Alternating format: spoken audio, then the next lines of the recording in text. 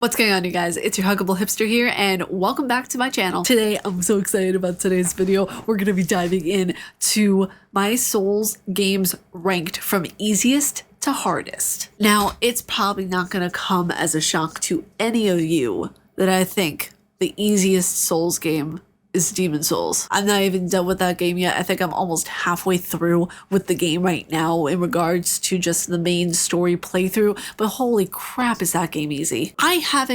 Okay, so let me put it this way. My judgment of when a boss is difficult is if I am spending not just like a couple of hours on him, but a few days, okay? Ishin Sword Saint, I spent a week, okay? That is by far the most difficult boss I have ever faced. Okay, it's more difficult than Orphan of Cause. Oh my god, it took me so long to get Ishin Sword Saint. It took me a week to get Ishin Sword Saint, and it took me just a little less than a week to get Orphan of Cause. I didn't even think I was going to beat Orphan of Cause, but I beat Orphan of Cause. So yes, number one, Demon Souls. Easiest one, okay? I mean, I hope I'm not biting my tongue by the time I get to the end of that game, because there's one boss that's called the Penetrator, and I don't know how difficult that boss is necessarily gonna be, but yeah, I'm actually really interested to see how a lot of these boss battles go, because so far this is easy peasy lemon squeeze me. The second one, again, not gonna come as a surprise to any of you, Dark Souls 3. You guys are probably like, what? How'd you find that game easy? Okay, listen, you guys.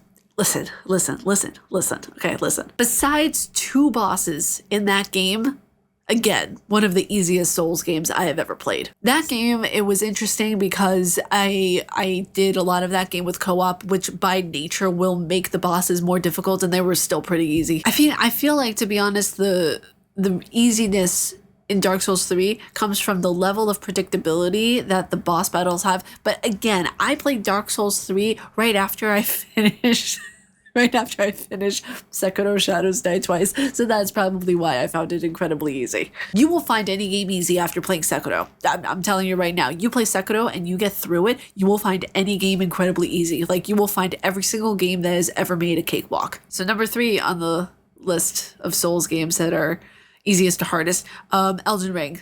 Elden Ring was the next one that I found incredibly easy up to a certain point. There were certain bosses that were just, oh my god, they were difficult and they were good.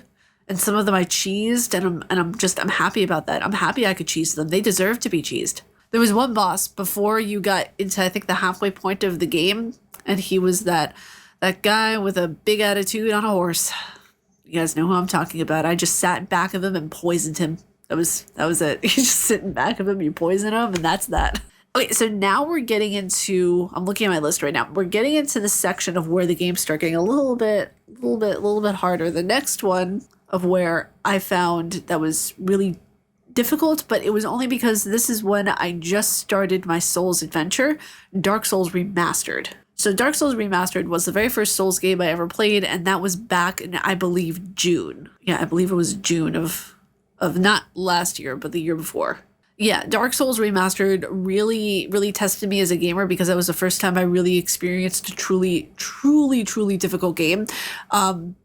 Primarily when it came to Smough Nordstein and Artorias of the Abyss. Hands down, the two best boss battles of that entire game. Next up, won't be any shock to you guys, Bloodborne. Bloodborne is, not that it's a difficult game, but there are difficult moments within the game when it comes to certain bosses like Orphan of Cause. Oh gosh, Lady Maria, but only because she's very fast, not because that she's quote unquote difficult traditionally. I feel like her boss battle was incredibly easy if you know how to parry. Like, I knew how to parry and I knew how to get past her attacks, but if you are primarily not a parry player and you really aren't good at parrying, it is going to be a very difficult boss for you. So that's kind of on the edge of being difficult and easy. That's why it's so much later in the list, because it was the second Souls game I ever played, and I was like, okay, this is difficult, but it's manageable kind of difficult, because I understood the controls from Dark Souls, and they were way faster, like amped up to like plus 20 whenever you get into Bloodborne. So I love the faster controls, but the bosses by default make it also a little bit faster. So you had to know how to be knowing what the game wants, but also keeping up with the controls at the same time. It's really weird to try to explain, but yeah, that's next up was Bloodborne. And by the way, just to clarify, when I say Demon Souls in the very beginning of my list, I mean the remastered, not the original. I have never played the original before. And at the top of the list, Sekiro: Shadows Die Twice. That has to be the hardest Souls game I have ever played from Software. It is one of those games of where you have to go into it with the right mindset or you are never going to beat the game.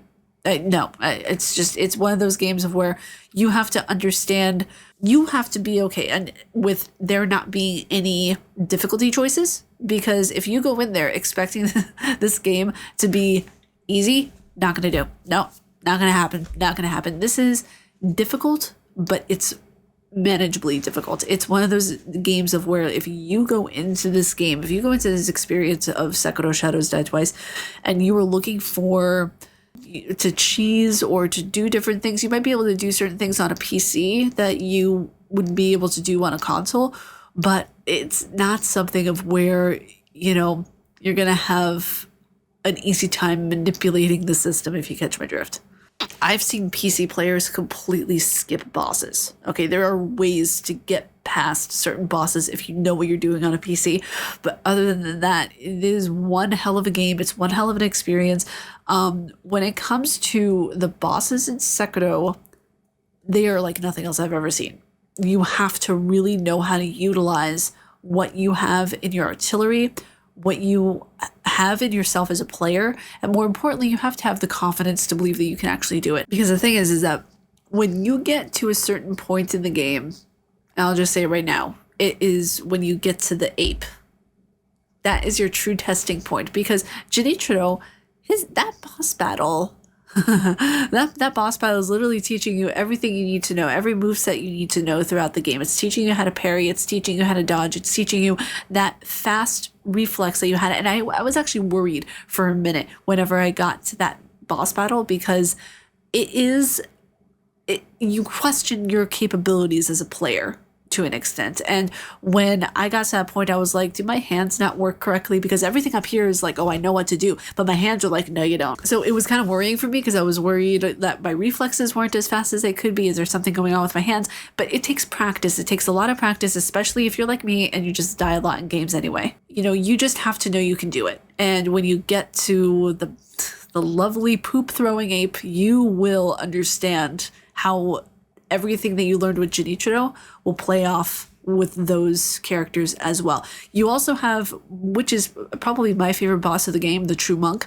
The True Monk has to be the most beautifully done boss. It's so elegant. The way that the leaves and the way that the entire landscape and everything, it just looks like a ballet. And that's what this game is. It is a dance, but with your controls. And for the finale of the game, when you go against Ishin Sword Saint, this guy technically has 4 levels, because you're fighting Genichiro first and then you're fighting the father for 3 stages. So when you get to that final stage and you don't think you can do it, that's when you have to push yourself even further. Whether you're parrying him or whether you're just taking the hit and run approach, there is so many different ways that you can beat that boss.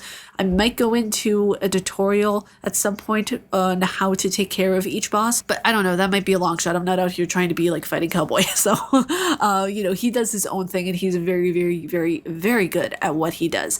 But yeah, for me, it's like I do the playthroughs and I do the psychology behind stuff. I'm not as much as a walkthrough, giving you a lot of tutorials type person. I'll do that occasionally, like you guys have seen, but not too often, because I don't have the time to do that. Because that was it for my video on from easiest to hardest Souls games. I still have a debate within myself on where I placed Bloodborne, because Bloodborne, I see it in retrospect and it's like, oh, that game was definitely easy now that I think about it. But at the time, I was still fairly new to Souls games, so that's probably why I placed it where I did. I think I might change it later on down the road after, From Software decides to do like a Dark Souls 4 or something. I don't know. But yeah, with that being said, I hope you guys enjoyed this video. And if you like my face and what I do, please be sure to subscribe and hit that bell down below. I make videos every day here on YouTube. May you find your worth in the waking world, dear hunter. Stay casually nerdy, and I will see you all in the next video. See you guys.